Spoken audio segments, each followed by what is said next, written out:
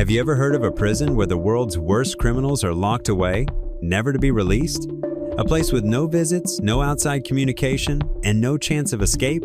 It sounds like a movie, but it's real. This is the reality of CECOT, the most feared prison on the planet, built in El Salvador to isolate the most dangerous criminals, including members of the MS-13 and Barrio 18 gangs. Here, rehabilitation doesn't exist. The goal is clear: lock them up and forget about them. Nayib Bukele's government claims this prison is the ultimate solution to crime, but images from inside CECOT tell a different story. Overcrowding, absolute control, and a regime where any misstep can have brutal consequences. For some, this is the justice the world needed. For others, it's a modern nightmare that raises serious human rights concerns. But what is life really like inside this mega prison? And could this model be adopted in other countries? Get ready, because what you're about to discover might change everything you think about justice and security. If CECOT is already impressive in size, its security is what truly makes it an impenetrable fortress. The perimeter is protected by a 15,000-volt electric fence, multiple layers of walls reinforced with barbed wire, and no fewer than 19 watchtowers strategically positioned to ensure no corner is out of the guard's sight. Forget those movies where prisoners dig tunnels or saw through bar shear. Any escape attempt would be practically suicidal. The system is designed so that no one enters without authorization, and no one leaves under any circumstances. If a prisoner had any hope of escaping, CECOT crushes it before they even try. Moreover, control isn't just physical, but technological. High-definition cameras monitor every corridor, every cell, every movement. There are no blind spots. And if electronic surveillance isn't enough, the security force inside the complex ensures that no rules are broken. We're talking about 1,000 guards, 600 soldiers, and 250 police officers, all trained to handle the country's worst criminals. This creates an environment where discipline is non-negotiable, and prisoners know that any slip-up can have severe consequences. But with such a rigid system, life inside these walls becomes something entirely different from what one imagines in a regular prison.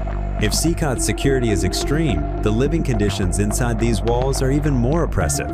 The cells aren't just cramped, they're overcrowded to the limits of human endurance. Each was designed to house 80 inmates, but in reality, some hold more than 100 prisoners, forcing them to share a space so small that lying down without touching someone else is impossible. No mattresses, no pillows, just metal bunk beds, where those lucky enough to get a spot consider themselves fortunate. For basic needs, only 2 toilets and 2 sinks per cell. Privacy? Non-existent. Comfort? Never an option. The inmate's routine is brutally controlled. 3 meals a day, always the same basic menu: rice, beans, pasta, and tortillas. But don't expect utensils they eat with their hands, because any object can become a weapon. Recreation is almost non-existent. 30 minutes of daily exercise, always in handcuffs. Reading a book? Forget it. The only allowed material is 2 Bibles per cell, nothing more. No visits, no phone calls, no contact with the outside world. For many, their only real companion is silence and the weight of their sentence. But the real question is this extreme approach working? Or is it creating a new kind of hell within these walls? From the moment an inmate crosses CECOT's gates, they realize there's no room for leniency. Entering the prison isn't just a bureaucratic process, it's an experience that sends a clear message. Control here is absolute. Upon arrival, inmates undergo rigorous inspections, including advanced X-ray scans to detect any prohibited items. Any object that could pose a security risk, no matter how small, is immediately confiscated. The screening process isn't just about safety, but also psychological domination. Every prisoner knows they are entering a system where individuality is erased and total submission is demanded. Inside CECOT, the rules are non-negotiable. Surveillance is constant, with cameras in every corner, and inmate movements are highly restricted. There is no room for riots or minor acts of defiance. Those who dare to disobey are immediately transferred to solitary confinement, where conditions are even harsher. Minimal space, dim lighting, and complete isolation. The goal is simple: crush any trace of resistance. In such an oppressive environment, inmates live under a regime that not only punishes them, but reduces them to mere numbers within a structure that does not tolerate failure.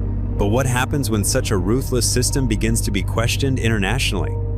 Although CECOT is presented as the ultimate solution to organized crime, its operations have sparked a storm of international criticism. The biggest issue? Extreme overcrowding. In some cells, each inmate has less than 0.6 square meters of space, the equivalent of being locked inside a tiny closet indefinitely. The environment is suffocating, with poor ventilation, and the sanitary conditions are dire, creating an inhumane scenario. Moreover, reports indicate that many inmates were arrested in mass operations, without individual investigations, without trials, and without the right to a defense. More than 70,000 people have been detained under the justification of fighting gangs, but among them, there are reports of innocent individuals being dragged into this hell without concrete evidence. As if that weren't enough, the number of deaths inside the prison system is alarming. By December 2024, at least 354 inmates had died in the country's prisons, many due to lack of medical assistance and the brutal confinement conditions. Human rights organizations claim that CECOT is not a prison, but a mass punishment chamber, where survival is a matter of extreme endurance. The government defends its policy with a simple argument: criminals knew the consequences. But to what extent can such a rigid regime be justified? The line between justice and brutality is getting thinner, raising even more complex questions. CECOT is already a crime-fighting behemoth, but it may soon become an international detention center. In February 2025, President Nayib Bukele shocked the world by proposing a bold agreement with the United States, transferring high-risk criminals to be imprisoned in the Salvadoran super prison. The list includes members of extremely violent factions such as Tren de Aragua, a Venezuelan criminal organization known for its brutality. The proposal sparked intense debate. On one hand, some countries see it as a radical solution to relieve their prisons. On the other, there is growing concern about the ethical and legal implications of sending foreign prisoners to an already controversial prison system.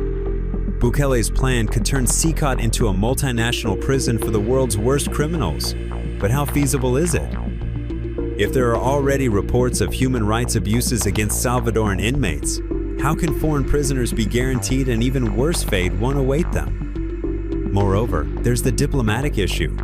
Would countries like the US and Venezuela really agree to outsource their criminals to a system that prioritizes extreme punishment over any possibility of rehabilitation? The fact is, this proposal could redefine CECOT's role on the global stage. And if it moves forward, it could usher in a new era of outsourced prisons, where the worst of the worst are sent far from the world's eyes. But will this strategy bring more security, or just hide the problem? CECOT is not just a prison, it is a symbol of the new era in crime fighting, a fortress where the concept of a second chance simply does not exist. But after learning about this brutal reality, one question lingers. Is this model the future of public security, or an experiment that could spiral out of control?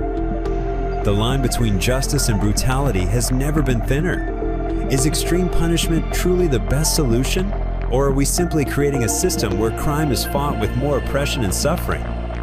Now I ask you, what's your opinion on this prison? Do you think this model should be applied in other countries? Or do you believe it has gone too far? Leave your comment, because this is a debate that needs to happen. And if you want to keep exploring impactful topics like this, subscribe to the channel and turn on notifications. That way, you won't miss any content that could change the way you see the world.